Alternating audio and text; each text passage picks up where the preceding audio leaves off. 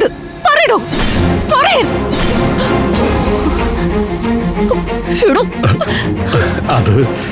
അതൊന്നും മനഃപൂർവ്വമല്ല മോളെ, ഒരു കയ്യബദ്ധം.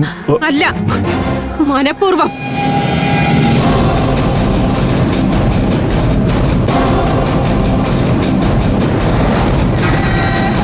വിജയേട്ടന്റെ കൂടെ തമിഴ്നാട്ടിൽ വരുമ്പോഴൊക്കെ നിങ്ങളെ കുറിച്ച് പറഞ്ഞിട്ടുണ്ട് എന്നോട്.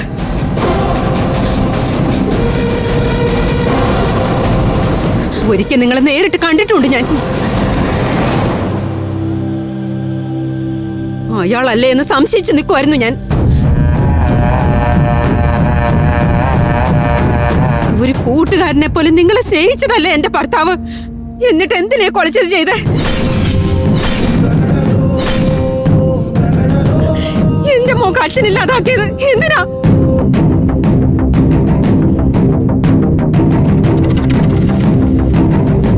അവസാനമായിട്ട് കാണാൻ ആ മുഖമെങ്കിലും ബാക്കി വെച്ചില്ലല്ലോടാ ദുഷ്ട.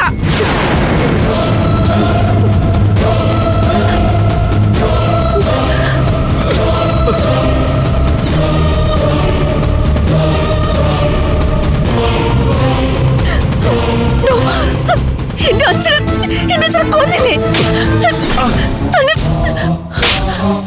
എന്റെ അച്ഛൻ എന്തൊക്കെയാണോ ചെയ്തത്? എന്തിനാ എന്റെ അച്ഛനെ കൊന്നത്? എന്റെ അച്ഛനെ തിരിച്ചു തരാൻ പറ്റുമോ തനിക്ക്?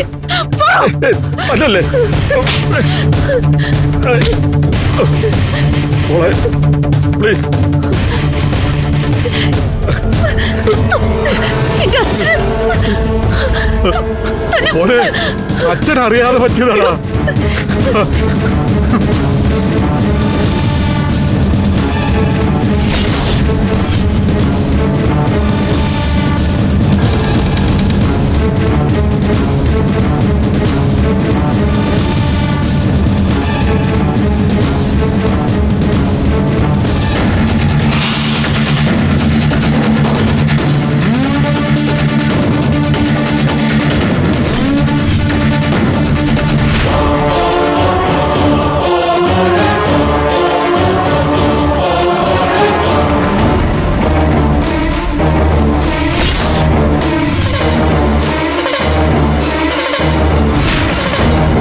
സത്യം പറയാം അംബികെ, പിള്ളേരിപ്പോ എവിടെയാ ഉള്ളത്?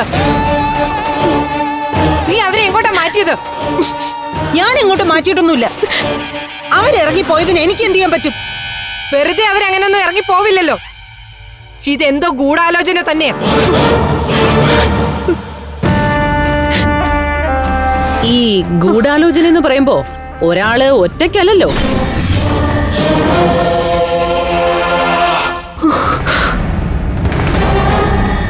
അംബികയും സുമേഷും ചേർന്ന.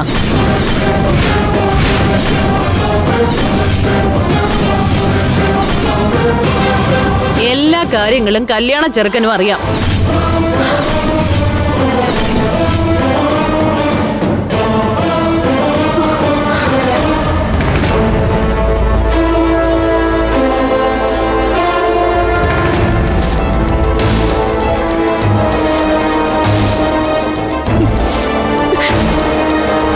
അങ്ങനെ കലാവധി നല്ല പിള്ള ചമയണ്ട. അനിയത്തിമാര് പിള്ളേരെ പറഞ്ഞു വിടാൻ പ്രധാന കാരണം നീയാ. ഞാനോ? പഞ്ചരത്നത്തിലെ സർവ്വസ്വത്തും അമൃതയുടെ പേരിലാണെന്നും പറഞ്ഞ് ആധാരം എടുത്തു കാണിച്ച് അനിയത്തിമാരെ ഇവിടുന്ന് പറഞ്ഞു വിട്ടത് ഞാനാണോ? അല്ലല്ലോ.